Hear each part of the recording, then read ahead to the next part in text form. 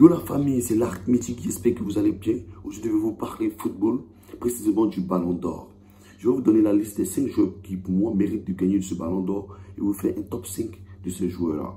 Déjà, avec une année comportant les compétitions internationales, le critère du Ballon d'Or, pour moi, devient très complexe.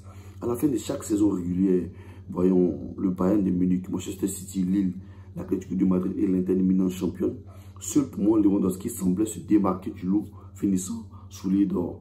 Cependant, avec une Ligue des Champions remportée avec Chelsea et l'Euro avec l'Italie, un joueur ressortait naturellement du lot en l'identité de Jorginho, qui a été un acteur majeur dans la conquête de ces 2 sacres.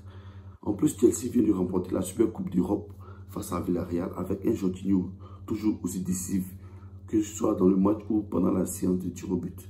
Par ailleurs, nous avons Lionel Messi terminant meilleur buteur de la saison avec une Coupe du Roi et enfin un trophée avec l'Argentine.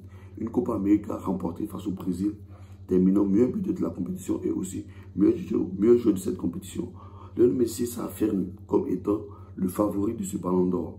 Mais en fait, c'était sans compter sur son fidèle rival de tous les jours, qui est Ronaldo, qui lui termine sa saison avec une Coupe d'Italie, avec une Super Coupe d'Italie, finissant également meilleur buteur de la Serie A et meilleur buteur de l'Euro. Cristiano s'inscrit aussi comme un adversaire farouche pour la conquête de ce Graal. Face à ces 4 favoris qui viennent du numéro plus tôt, certains joueurs nous ont émerveillés cette saison, mais soit ils n'ont pas eu des statistiques adéquates ou ont pêché dans les compétitions internationales, ou soit en club, où les titres n'ont pas suivi les performances pour être dans le top 4. Nous avons l'excellent Lukaku qui a réalisé une saison formidable. C'est sa meilleure saison, il peut dire, avec le championnat des séries à remporter à la clé, mais pas assez décisif durant l'Euro avec la Belgique. Nous avons ensuite Bruno Fernandes qui a réalisé une saison magistrale, mais sans aucun titre majeur et très moins à l'Euro.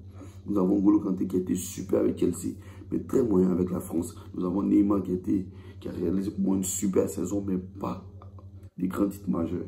Si Neymar avait remporté des titres majeurs tels que la Copa América, je pense qu'il serait parmi le top 3 du Ballon d'Or. Mais malheureusement, il n'a pas fait. Nous avons Kylian Mbappé qui a fini meilleur buteur, mais qui n'a remporté aucun titre majeur cette saison.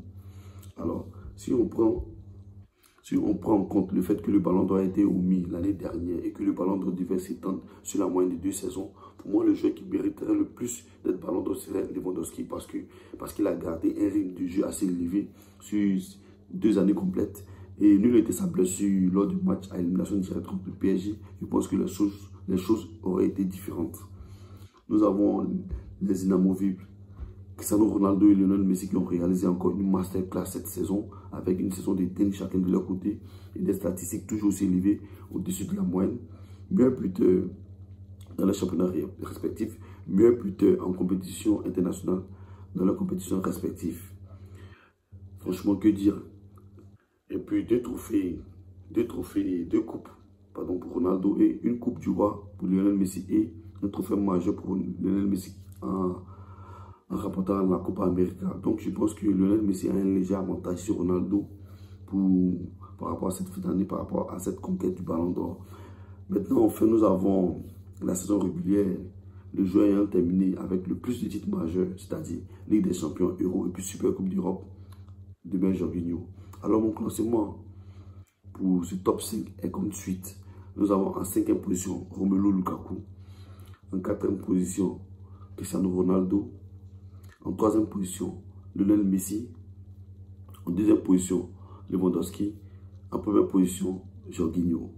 Je pense que si on doit être juste, ce serait la meilleure chose à faire, c'est-à-dire donner le Ballon d'Or à Jorginho. Jorginho réalise la saison de sa vie.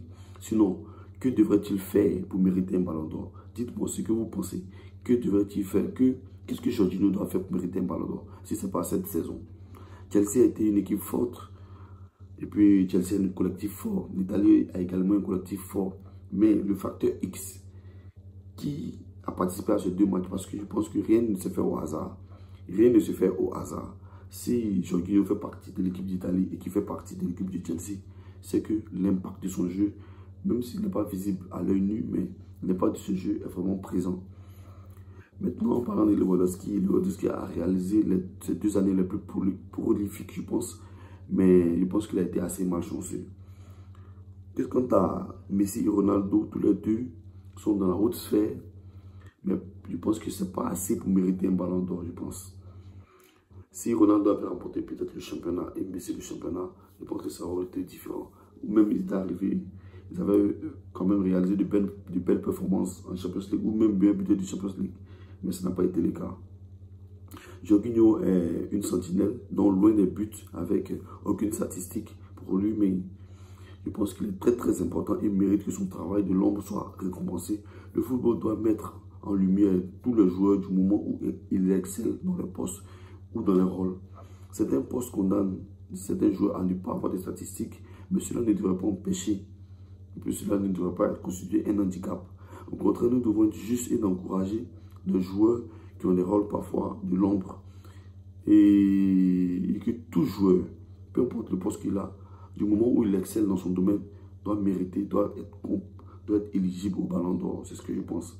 Alors, donc, si vous avez apprécié la vidéo, dites-moi ce que vous en pensez en commentaire. Lâchez un pouce bleu et abonnez-vous à la chaîne. On est ensemble, tous.